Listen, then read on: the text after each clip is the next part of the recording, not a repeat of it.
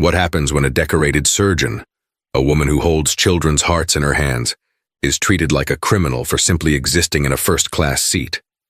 Today, we unravel the story of Dr. Alani Sterling, a brilliant black woman whose quiet dignity was mistaken for attitude by an airline crew with an ugly agenda.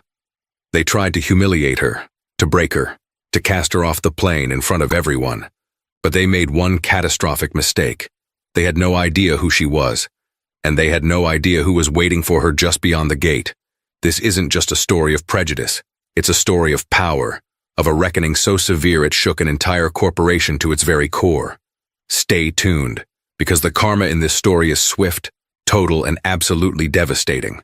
The scent of recycled air and expensive leather filled the first-class cabin of Aura Airlines Flight 712 from New York's JFK to London Heathrow. For Dr. Alani Sterling, it was a familiar aroma, the preamble to a much-needed respite. The last 72 hours had been a whirlwind of presenting her latest research on pediatric cardiac surgery at a global symposium. Her mind, usually a precise instrument of surgical plans and patient prognoses, was tired. All she wanted was to slip into seat 1A, cocoon herself with a blanket, and let the gentle hum of the Airbus A380 ferry her across the Atlantic.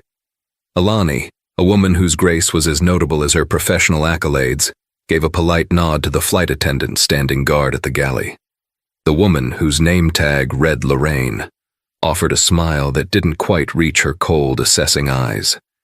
She was a senior purser, her uniform immaculate, her blonde hair pulled back in a severe bun that seemed to accentuate the tightness of her lips. "Good evening," Alani said, her voice warm but quiet. "Just heading to my seat, 1A. Lorraine's eyes flicked down to Alani's boarding pass, then back up to her face. It was a microsecond of a glance, but it was laden with something Alani knew all too well. Surprise followed by a faint, almost imperceptible tightening of her jaw. The unspoken question hung in the air. "You, in 1A. "Right this way," Lorraine said, her tone clipped, all warmth evaporated. Alani settled into the spacious pod, the pinnacle of commercial air travel. She slipped off her cashmere coat, a gift from her husband, and was about to place it in the personal closet when Lorraine reappeared. "I'll take that," Lorraine said, not as a question but as a command. She took the coat from Alani's hands without waiting for a response, her fingers brushing against Alani's with a contact that felt like static electricity. She didn't handle it with care. She handled it like a piece of lost property, bundling it and shoving it into the closet with a thud. Alani took a slow, deep breath, a technique she used to steady her hands before a complex operation. "Don't let it get to you. You're tired. She's probably just had a long day." Other passengers began to file in. A silver-haired man in a tailored suit took the seat across the aisle, 1D. He received a beaming smile from Lorraine. "Mr. Abernathy, so wonderful to have you with us again. Pre-departure champagne? The Taitinger is already chilled." "Thank you, Lorraine, lovely to see you," he replied, his voice booming. Lorraine then turned her attention to the couple behind him, greeting them by name and offering them the same warm service. When she passed Alani's seat again, Alani made a simple request. "Excuse me, when you have a moment, could I please have a glass of sparkling water with a slice of lime?" Lorraine stopped, turned slowly, and gave Alani a look of profound irritation. "We will begin our pre-departure beverage service once all first-class passengers have boarded," she stated, as if speaking to a child. "Of course," Alani replied calmly. "I was just asking in advance." Lorraine didn't reply. She simply turned her back and continued her effusive greetings with other passengers. 10 minutes later, the cabin was nearly full. Mr. Abernathy was sipping his champagne. The couple behind him were clinking their glasses. Alani's seat remained conspicuously bare of any beverage. She decided to wait, attributing it to a simple oversight. But when Lorraine walked past for a third time, completely ignoring her, Alani knew it wasn't an oversight. It was a statement. This was a deliberate, pointed campaign of exclusion. Using the surgeon's precision she applied to all things, she pressed the call button. It chimed softly. 1 minute passed, then 2. Lorraine was bustling about the galley, clearly visible to Alani, pointedly ignoring the illuminated light above seat 1A. Finally, a younger flight attendant, a man named Eric, hurried over. "Dr. Sterling, can I help you?" he asked, his tone refreshingly professional. "Yes, thank you. I was hoping I could get a glass of sparkling water, please." "Absolutely. Right away." As Eric turned to the galley, Alani saw Lorraine intercept him. There was a hushed, sharp exchange. Lorraine's eyes darted towards Alani, her face a mask of fury. Eric looked flustered, nodding meekly before disappearing into the back. Lorraine then marched over to Alani's seat, her heels clicking like tiny hammers on the cabin floor. "Is there a problem here?" Lorraine asked, her voice low and laced with venom. "No problem at all," Alani said, keeping her voice even and low. "I just requested a glass of water." "You will be served when we are ready to serve you," Lorraine hissed. "Pushing the call button repeatedly and harassing my junior staff is not acceptable. You are creating a disturbance." Alani was stunned into silence for a second. Repeatedly? Harassing? She had pressed the button once. "I can assure you I only pressed the button one time, and I certainly didn't harass anyone. I believe there's been a misunderstanding." "The only misunderstanding," Lorraine replied, leaning in closer, her voice dropping to a conspiratorial, threatening whisper, "is that you seem to think your ticket gives you the right to behave however you please. I need you to moderate your attitude, immediately." The word hung in the air between them, ugly and weighted. Attitude. The classic coded accusation. The go-to weapon used to discipline and dismiss black women who dared to ask for what they were owed. It was a word designed to put her in her place. Alani felt a cold knot of anger tighten in her stomach, but her expression remained impassive. She was a surgeon. She operated in sterile environments where emotion was a liability. She would not give this woman the satisfaction of a reaction. "I have no attitude," Alani stated, her voice as sharp and clean as a scalpel. "I am a passenger in a paid seat who made a polite request that was ignored. Now, I am being accused of harassment. I am the one who is being disturbed." Lorraine's eyes widened, incensed that Alani had not withered under her attack. "That's it. I've had enough of your hostility." She straightened up, her face a thundercloud. "I'm not going to be spoken to like that. You are a security risk." And with that, she turned and strode purposefully towards the cockpit door. The chill in cabin 1 had just become a full-blown Arctic freeze. Alani watched her go, a dreadful certainty dawning. This was no longer about a glass of water. It was about to become something much, much worse. The curtain separating first class from the jet bridge was still open, and the hum of airport activity provided a tense soundtrack to the drama unfolding in the cabin. Lorraine emerged from her brief conference with the cockpit crew, her face set with a grim, triumphant satisfaction. She was no longer alone. Flanking her was the head gate agent, a harried-looking man named Daniel, his airline-issued tie slightly askew. He approached Alani's seat with a nervous energy, clutching a tablet like a shield. "Ma'am? Dr. Sterling? I'm Daniel, the duty manager for the gate. Miss Jensen here has informed us that there's been an issue." "The issue," Alani said, her voice steady despite the adrenaline now coursing through her veins, "is that your purser has refused me service and is now making false accusations against me." Mr. Abernathy across the aisle lowered his newspaper, his brow furrowed with concern as he watched the scene. "Lorraine has been with Aura Airlines for 19 years, Daniel said, his tone placating but firm. "She has reported that you have been hostile, aggressive, and are refusing to follow crew instructions." Alani's incredulity was palpable. "Refusing to follow what instructions? I haven't been given any, other than to moderate my attitude. I asked for water, was ignored, and then verbally attacked when I used the call button. I would like to speak to the captain, please."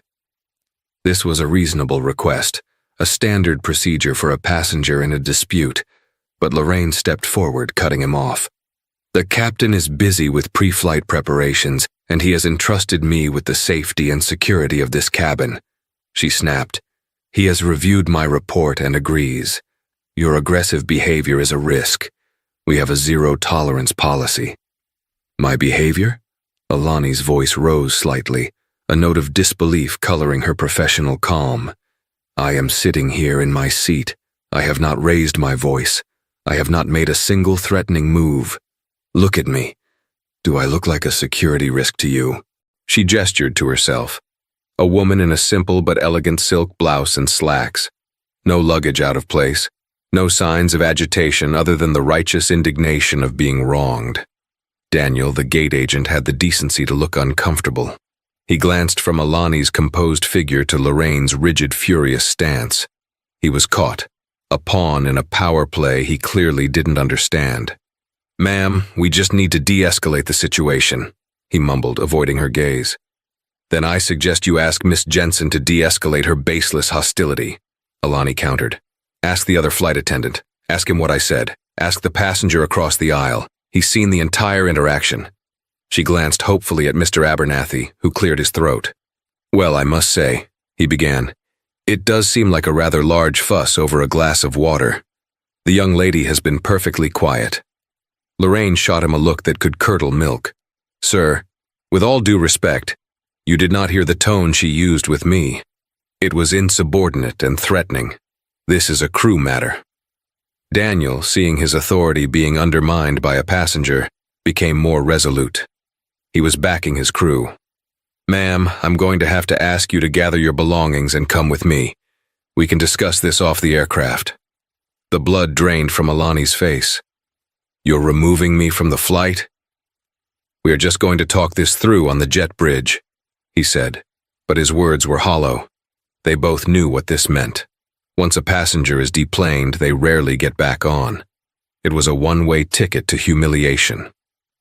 This is completely unacceptable, Alani said, her voice now hard as steel. I am a paying passenger, a member of your highest frequent flyer tier, and I have done absolutely nothing wrong. You are removing me from this plane based on the prejudiced whim of one employee. I want this documented. I want all of your names, badge numbers, everything. The threat of a formal complaint, which would normally give an airline employee pause, seemed only to galvanize Lorraine. You see, the threats continue. She is becoming more and more agitated. It was a master class in gaslighting. Alani's calm, logical defense was being painted as agitation. Her request for accountability was being framed as a threat. She was trapped in a narrative she had no part in writing. Ma'am, please, Daniel insisted, his voice hardening. If you do not comply, I will have to call airport security. We don't want to do that. Let's not make this a bigger scene than it already is. The cabin had fallen silent. Every eye in first class was on her. She could feel their stares, a mixture of pity, curiosity, and discomfort. This was it. This was the walk of shame they had engineered for her. To fight further would mean being dragged off in handcuffs, becoming a viral video stripped of all context, another statistic. Her dignity was all she had left. With a slow, deliberate movement, Alani stood up. She reached into the closet and retrieved her cashmere coat, the one Lorraine had treated with such contempt. She carefully slipped it on, her movements fluid and graceful, a stark contrast to the ugliness of the situation. She picked up her handbag, a classic leather piece from a brand Lorraine would recognize, and her medical journal. She looked at Lorraine, whose face was a smug mask of victory. She looked at Daniel, who couldn't meet her eyes, and then she looked at Mr. Abernathy, who simply shook his head with a look of profound disappointment. Without another word, she turned and walked from seat 1A down the short aisle and out of the aircraft. Each step felt like a mile. The stares of the other passengers burned into her back. As she stepped onto the jet bridge, the roar of the airport returned, but it couldn't drown out the roaring in her own ears. The heavy door of the plane clicked shut behind her, a sound of absolute finality. She was alone in the sterile tunnel, cast out. The humiliation was complete. or so they thought. The jet bridge was a cold, impersonal tube. Daniel stood a few feet away, speaking into his radio, already focused on the logistics of offloading her luggage and closing out the flight. Alani stood by the window, watching the ground crew buzzing around the massive aircraft that was supposed to be her ride home. The anger she had so carefully controlled was beginning to bubble, mixing with a profound sense of weary injustice. "Your checked bag will be returned to the main terminal baggage claim," Daniel said, approaching her without making eye contact. "You can speak to a customer service agent at the transfers desk about rebooking." His voice trailed off as he noticed Alani wasn't listening. Her gaze was fixed on the far end of the jet bridge, where the doors to the terminal stood. A figure had just emerged and was walking towards them with a calm, unhurried gait. He was a tall man, impeccably dressed in a dark, custom-tailored suit that whispered, rather than shouted, expense. He moved with an athlete's easy grace, his shoulders broad, his presence immediately commanding the space. His face, chiseled and handsome, was a mask of serene neutrality, but his eyes, sharp and intelligent, were scanning the situation with unnerving focus. He was holding a phone to his ear, but lowered it as he approached. "Is there a problem, Alani?" he asked, his voice a deep, smooth baritone that cut through the ambient noise of the airport. Alani's composure, which had been stretched to its breaking point, finally softened with relief. "Julian," she breathed. "They kicked me off the plane." Julian Croft stopped beside his wife. He placed a steadying hand on the small of her back, a simple gesture of unwavering support. He looked from her face to Daniel, who was now staring at him with a mixture of confusion and intimidation. The suit, the watch on his wrist, the sheer aura of quiet, formidable power. It all screamed that this was not a person to be trifled with. "You're the gate agent?" Julian asked Daniel. His tone wasn't aggressive, it was worse. It was analytical, like a scientist studying a specimen. "Yes, sir. Daniel Peterson. I'm the duty manager," Daniel stammered, suddenly feeling like his off-the-rack uniform was 2 sizes too small. "And you made the decision to remove my wife from this aircraft?" "Well, it was a crew decision. The purser, Miss Jensen, identified a security concern." Before Daniel could finish, the door to the aircraft swung open again. Lorraine stepped out, a manifest in her hand, a triumphant smirk on her face. "Daniel, I need you to sign off on the removal and—" Her words died in her throat as she saw Julian. Her eyes widened, and a flicker of pure, unadulterated panic flashed across her face. She recognized him. Not personally, perhaps, but she recognized the type. More than that, she recognized the watch on his wrist. A Patek Philippe Grand Complication, a timepiece worth more than her annual salary. Her gaze darted from the watch to Julian's face, to the effortless way he stood beside Alani, his arm now protectively around her. The smirk vanished, replaced by a dawning horror. Julian's attention shifted to her. His eyes, which had been coolly analytical with Daniel, turned to absolute ice. "You must be Miss Jensen," he said. The way he spoke her name made it sound like an accusation. Yes, I'm the purser on this flight," Lorraine said, her voice a full octave higher than before. "My wife, Dr. Alani Sterling, a board-certified pediatric cardiothoracic surgeon, tells me you removed her from this flight for having an attitude." Julian continued, his voice dangerously soft. "Could you please describe in specific, actionable terms what constituted this attitude?" Lorraine's mind raced. The story that had seemed so solid and defensible moments ago, a hostile passenger, a threat to crew authority, now felt flimsy and transparent under his piercing gaze. She was being very aggressive. Her tone was hostile, she was non-compliant, Lorraine recited, the corporate jargon sounding hollow even to her own ears. Non-compliant with which specific FAA-mandated crew instruction? Julian countered instantly. Was it the instruction to remain seated during taxi? No, we're still at the gate. Was it an instruction regarding stowing luggage? No, my wife's bag is under the seat in front of her. So what was the instruction that she failed to comply with? Lorraine was speechless. There had been no instruction. The entire conflict was a fabrication of her own making. She was creating a disturbance, she faltered. A disturbance? Julian's eyebrow arched. He turned to Daniel. Mr. Peterson, did you get statements from any other passengers to corroborate this a disturbance? Well, no. It was a crew decision. We have to trust. So you removed a passenger from an international flight, disrupting her travel, causing significant emotional distress, and potentially libeling her professional character based on the unsubstantiated singular claim of one employee?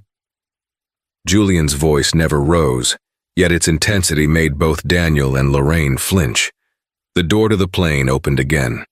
This time it was the captain, a man in his 50s with silvering temples and a look of grave seriousness, his 4 stripes gleaming on his epaulets. Captain Miller. Is everything all right out here? He asked, his eyes landing on Julian. Not even remotely, Julian said, turning his full attention to the captain. I am Julian Croft. This is my wife, Dr. Alani Sterling. Your purser, Miss Jensen, has just ejected her from this flight, seat 1A, for reasons she seems unable to articulate beyond vague accusations of attitude. You are the captain of this aircraft. The ultimate responsibility for this decision rests with you. So I'm asking you, Captain Miller, on what grounds did you authorize my wife's removal? Captain Miller looked at Lorraine, whose face had gone pale. He looked at Daniel, who was sweating profusely. He had backed his crew as he was trained to do. But standing before him was not the hysterical, aggressive passenger Lorraine had described. Standing before him was a composed, clearly intelligent woman, and her husband, who radiated a level of influence and precision that set every alarm bell in the captain's seasoned mind ringing. He realized with a sinking feeling in the pit of his stomach that his crew had just made a colossal, career-ending mistake. The panic that had started in Lorraine's eyes was now spreading, a contagion of consequence. The millionaire husband hadn't just walked in. He had brought a full-blown reckoning with him. The narrow confines of the jet bridge became a makeshift courtroom. Captain Miller, a man accustomed to being in absolute control, found himself on the back foot. Mr. Croft, the captain began, adopting a more conciliatory tone. My purser reported a passenger causing a confrontation that she felt was escalating. In the interest of safety for the entire flight, I supported my crew's decision to de-escalate by speaking with the passenger off the aircraft. Julian's gaze was unyielding. Captain, let me be very clear. There was no confrontation. There was a request for a glass of water. There was targeted disrespect from your purser. My wife's response was to ask for professionalism. What your purser, Miss Jensen, did was not de-escalation. It was a gross abuse of power, fueled by what appears to be a startling degree of personal prejudice. He then looked past the captain, his eyes landing on Mr. Abernathy, who was still visible through the open doorway, watching with rapt attention. Sir? Julian called out, his voice projecting easily into the cabin. You are in seat 1D. You witnessed the entire interaction, did you not? Mr. Abernathy stood up and came to the doorway.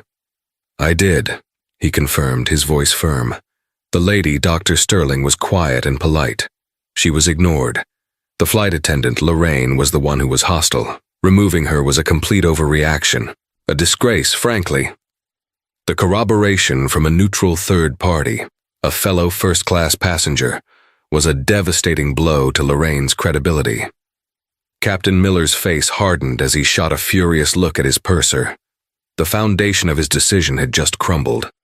Right, Captain Miller said, his mind now racing to contain the rapidly escalating disaster. It seems there has been a serious misjudgment.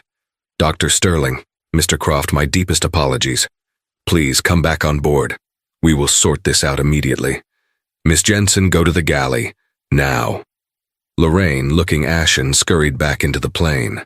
Julian didn't move. He held up a hand. We appreciate the offer, Captain, but we will not be flying with you today. Not on this aircraft, not with this crew. The captain was taken aback. Sir, I assure you I will personally guarantee your comfort and safety.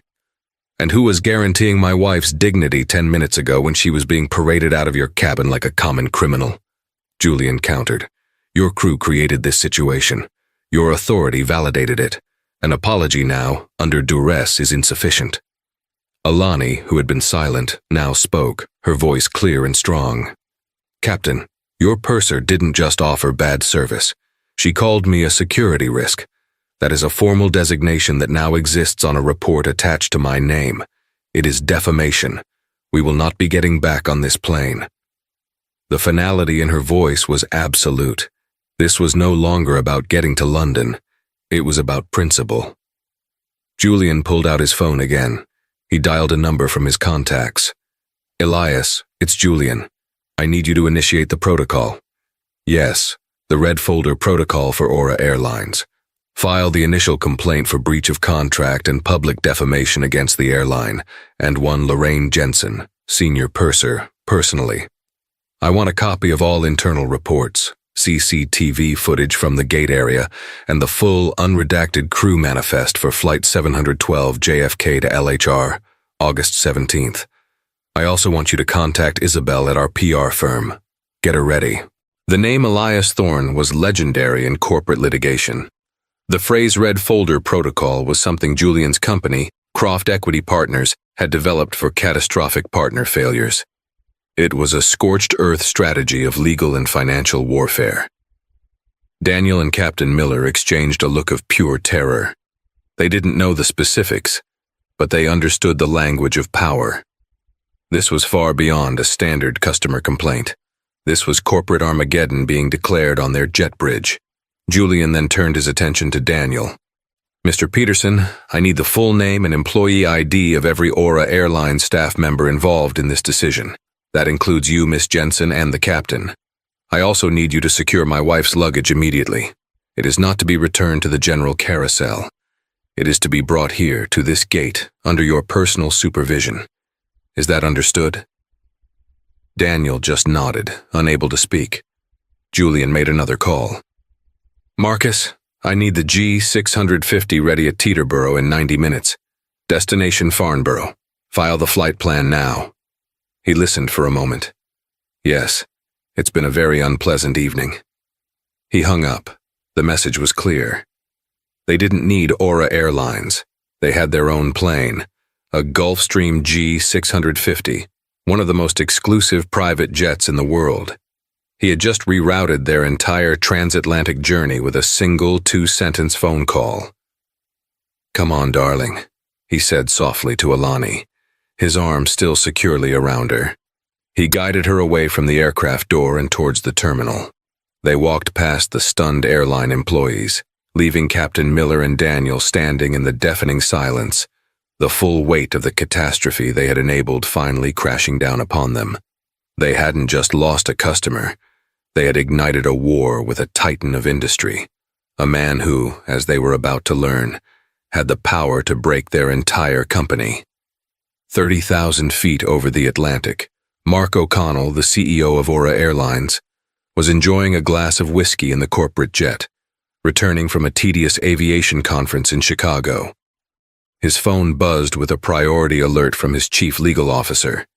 He sighed, annoyed at the intrusion. It was probably another union dispute or a minor FAA fine.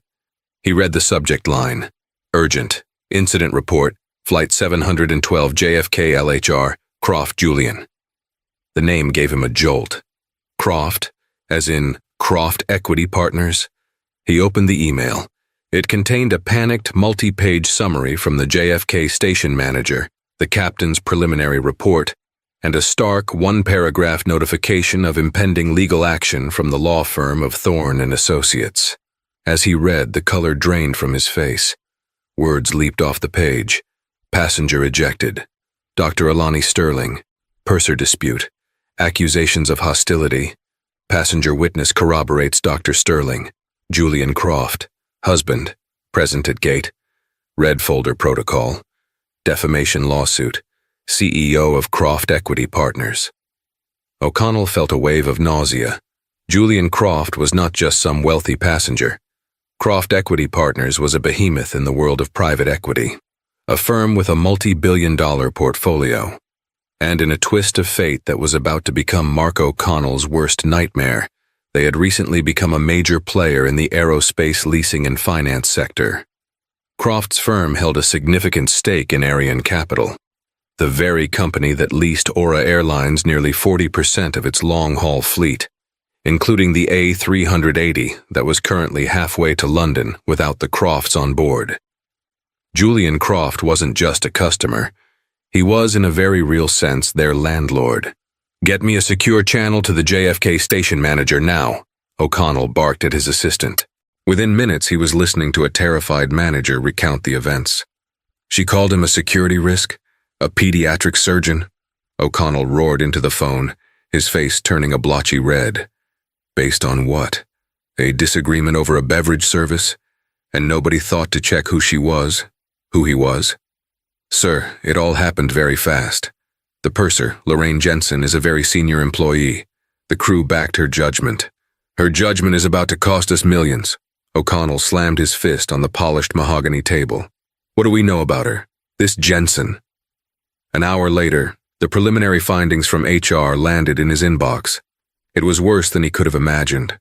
Lorraine Jensen had 3 prior passenger complaints filed against her in the last 2 years, all with a disturbingly similar pattern. One was from a Sikh man in business class who she'd accused of being uncooperative over a turban check.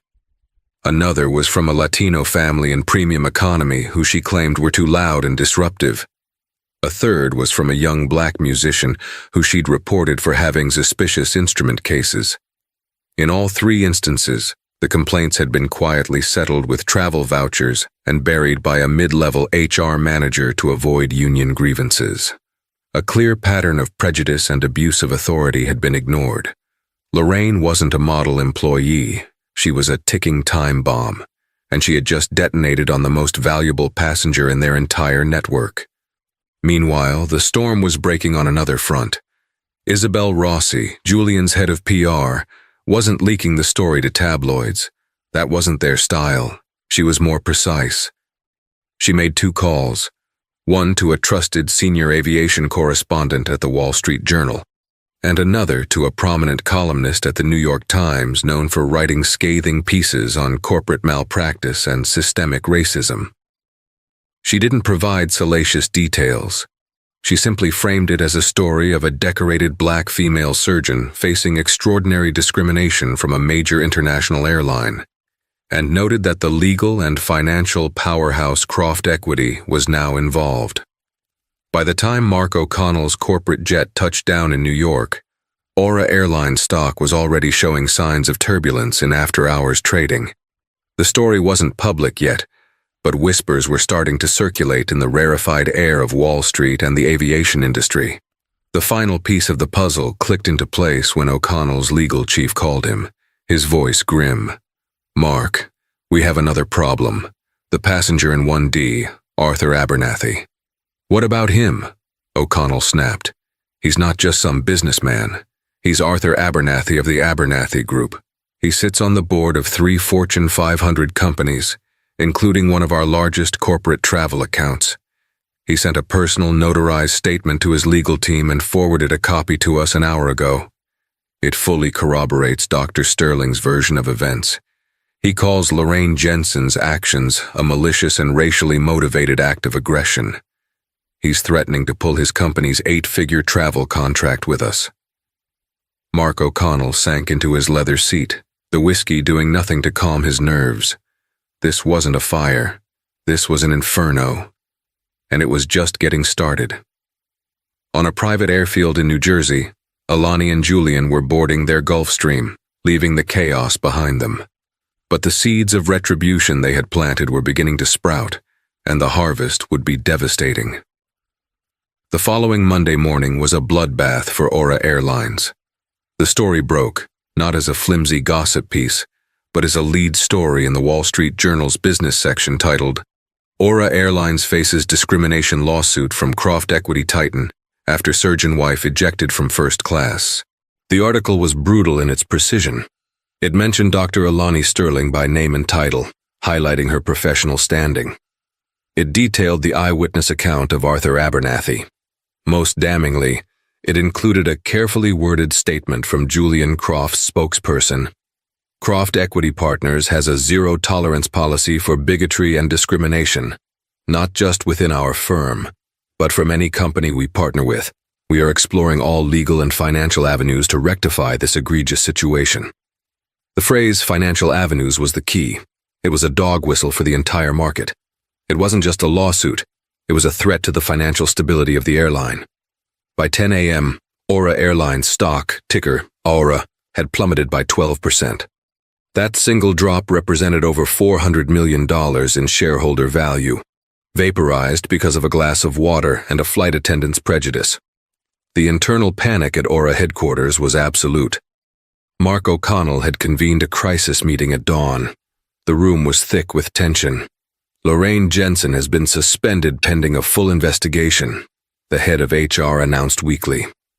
Suspended? O'Connell roared, throwing a copy of the journal across the table. She should have been fired before Flight 712 even landed in London. She is the least of our problems right now. The legal department was in meltdown. Elias Thorne had filed a lawsuit that was a work of art in its lethality. It wasn't just for emotional distress. It cited specific breaches of the contract of carriage, defamation of character that could impact Dr. Sterling's professional reputation, and most creatively, it named Aura Airlines' board of directors for gross negligence in failing to address the purser's documented pattern of discriminatory behavior. Simultaneously, Julian Croft was making his power play. He didn't call Mark O'Connell. That would be too direct, too simple. Instead, he scheduled a routine portfolio review with the board of directors of Arion Capital, the company that leased Aura its planes. In a sterile, glass-walled boardroom overlooking Manhattan, Julian, flanked by his legal and finance teams, calmly laid out the situation. He didn't rant or rave. He simply presented the facts of the incident as a case study in brand-destroying operational failure. Aura Airlines has demonstrated a systemic breakdown in customer service, crew training, and corporate oversight, Julian stated, his tone level. This incident with my wife is a symptom of a deeper disease within their corporate culture. From a risk management perspective, they have become a liability. Their brand is now toxic, and their stock performance reflects that. He then delivered the killing blow. Croft Equity is concerned about the security of our investment in assets currently leased to Aura Airlines. Their declining reputation and potential loss of key corporate accounts, like the Abernathy Groups, could impact their ability to meet their leasing obligations. We are therefore formally requesting that the board of Arion Capital reconsider the terms of Aura's upcoming lease renewals. Perhaps a significant risk premium is in order. The message was clear. Julian was threatening to make it prohibitively expensive for Aura to lease its own airplanes. For an airline with thin margins, it was a corporate death sentence. The karma for the individuals involved was just as swift. Lorraine Jensen was fired. The airline statement cited a violation of company policies and failure to uphold our values of respect and dignity. She was escorted from the building with a box of her personal effects. The flight attendants union, seeing the mountain of evidence and the disastrous fallout, refused to fight her termination. She quickly found herself blacklisted, her 19-year career ending in disgrace. When she tried to find work at other major carriers, the story of the Flight 712 incident followed her. She was unemployable. Daniel Peterson, the gate agent, was demoted and transferred to a baggage handling management role in Anchorage, Alaska. A classic corporate punishment, exiling him from any customer-facing role. Captain Miller received a formal reprimand and was grounded for 3 months, forced to undergo intensive de-escalation and sensitivity training. His impeccable record was permanently tarnished, a blemish that would follow him until retirement. He had backed his crew and it had cost him dearly. The public pressure, fanned by social media, was relentless. The hashtag #FlyAuraJet attitude trended for 48 hours.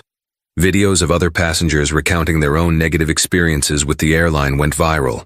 The crisis was spiraling out of control, far beyond the initial incident. Mark O'Connell's weak, jargon-filled press release apologizing for the unfortunate experience was torn to shreds by the public and the media as being insulting and insufficient. The board of directors of Aura Airlines saw the writing on the wall. The stock was in free fall. A key financier was threatening to squeeze them dry. A major corporate account was gone. Their brand was in tatters.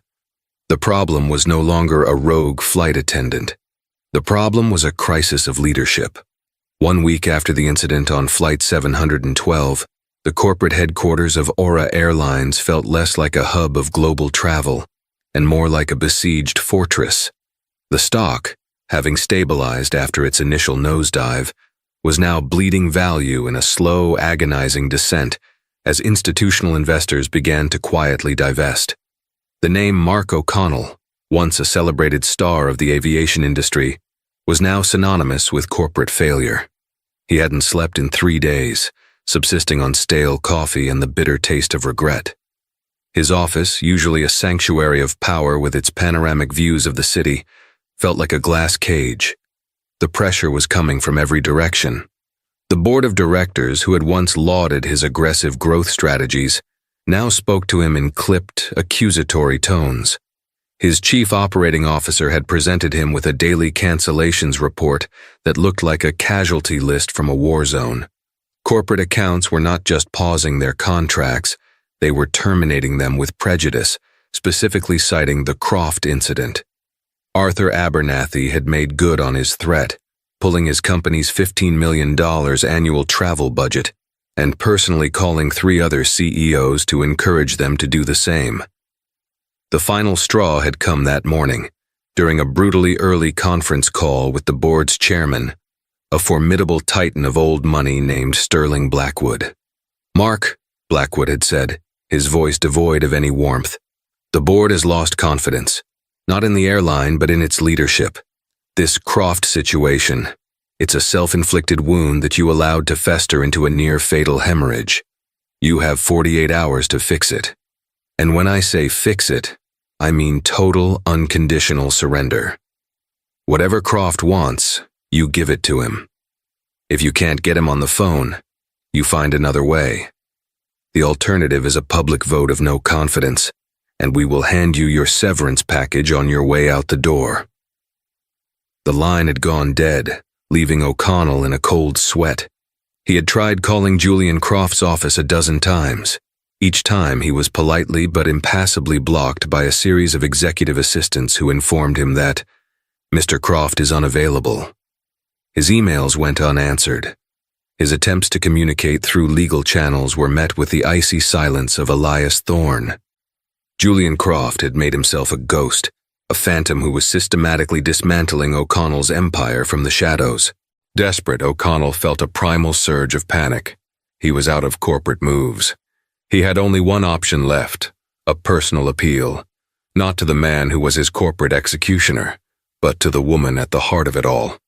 He summoned his assistant. "Get me a pen, not a ballpoint, a proper fountain pen, and get me the heaviest, most expensive cream-colored cardstock we have in the stationery department," he commanded, "and find out the address for Dr. Alani Sterling's primary practice at the New York Children's Hospital." For the next hour, Mark O'Connell sat and drafted the most important letter of his life. He poured every ounce of his desperation onto the page, stripping away the corporate jargon and legal shielding. It was a raw, unfiltered plea for mercy, a confession of his company's failings and his own. He wrote of his admiration for her work, of his shame at the treatment she had received, and of his profound regret. He detailed the immediate termination of Lorraine Jensen and the disciplinary actions against the other crew members. And he ended by offering a blank check, a multi-million-dollar donation to any charity, any cause, any foundation she cared to name, in the hopes of making some small amends for the irreparable damage done. He signed it, sealed the thick envelope himself, and sent it via a private, white-glove courier directly to the hospital. It was a Hail Mary, a final, desperate prayer sent into the void. The letter arrived as Dr. Alani Sterling was in her quiet, book-lined home office, reviewing patient charts for a complex neonatal heart reconstruction scheduled for the following day. The courier, looking out of place in his formal uniform, handed her the weighty envelope.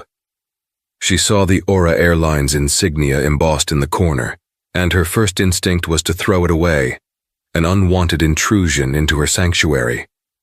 But curiosity and the sheer quality of the stationery made her pause. She sliced it open with a silver letter opener. As she read, her expression shifted from stern defense to a complex mixture of emotions. She could feel the raw desperation radiating from the ink. This wasn't a press release drafted by lawyers. It was the plea of a defeated man. The offer of money was predictable, almost crude in its simplicity, but the tone of the letter, it was one of utter capitulation. She walked into the living room where Julian was on a video call, his face a mask of strategic calm. He was in the middle of a discussion with his finance team about shorting the stock of a rival aerospace leasing firm.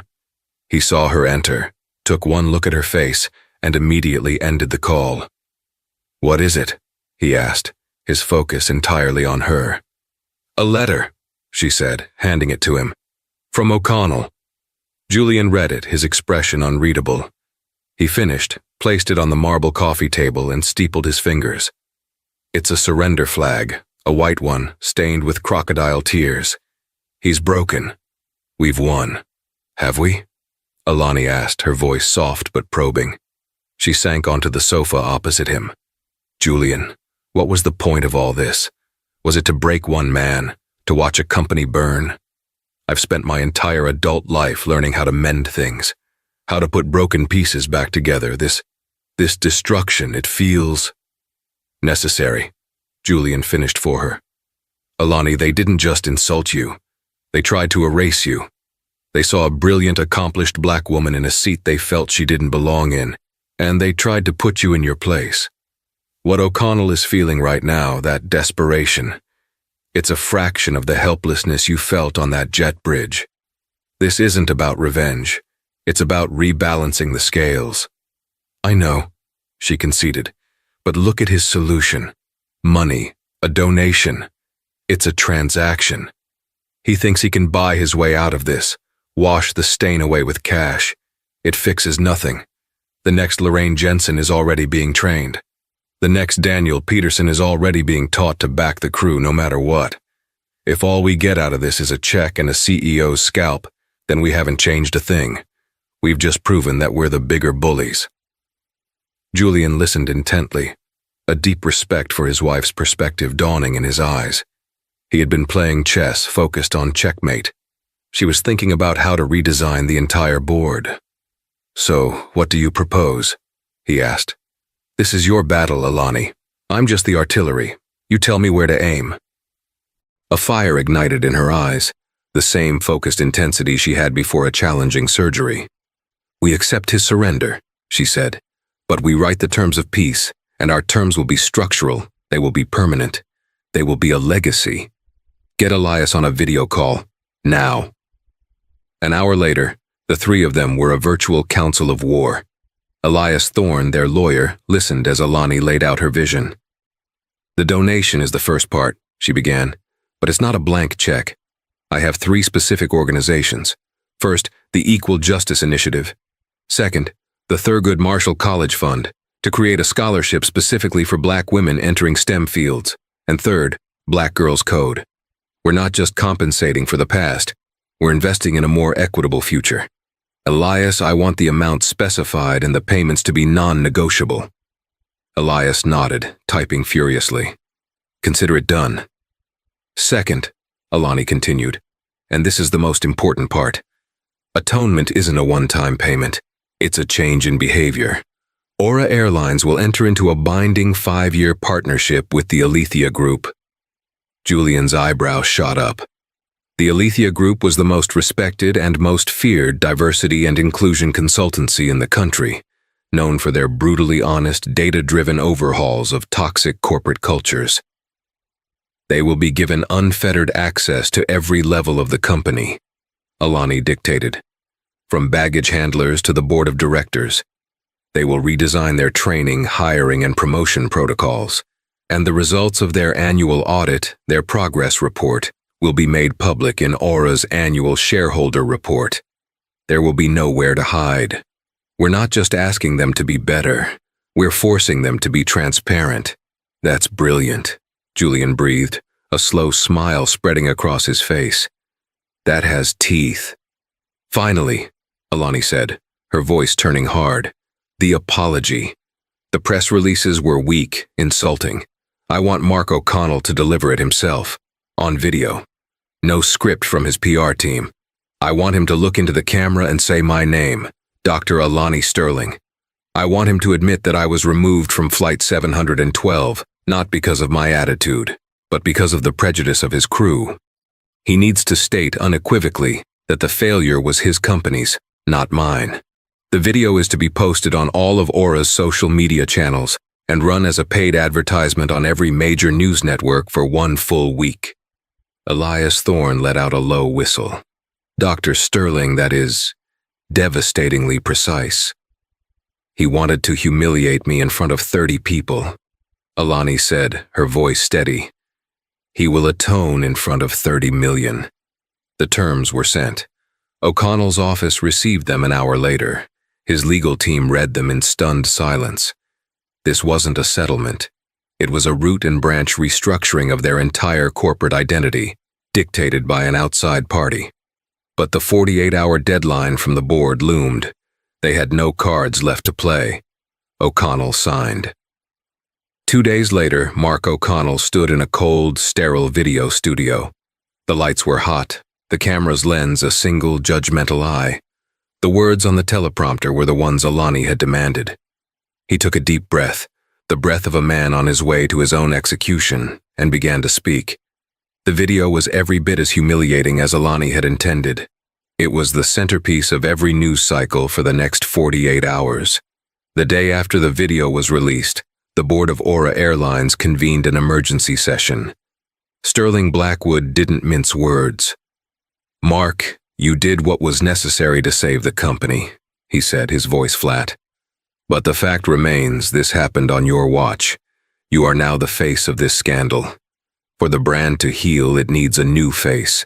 The board has unanimously accepted your resignation, effective immediately. Mark O'Connell simply nodded. He had known it was coming. He had traded his career for his company's survival. Weeks turned into a month.